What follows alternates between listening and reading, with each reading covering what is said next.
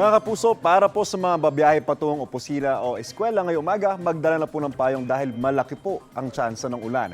Nasa ilalim ngayon ng thunderstorm advisory ang Metro Manila, kasama po dyan ang Bataan, Pampanga, Zambales at ilang bahagi ng Bulacan, Quezon, Rizal at Laguna. Pinalerto po ang mga residente sa banta ng baha at ng landslide. Tatagal po ang thunderstorm advisory hanggang bago mag-alas 8 ngayong umaga.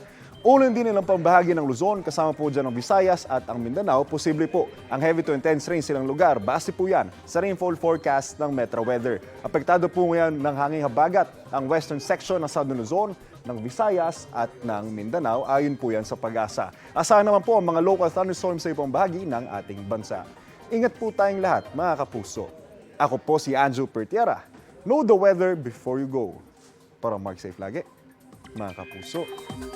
Kapuso, para laging una ka sa mga balita, bisitahin at mag-subscribe sa GMA Integrated News sa YouTube. Sa mga kapuso abroad, samahan nyo kami sa GMA Pinoy TV at sa www.gmanews.tv.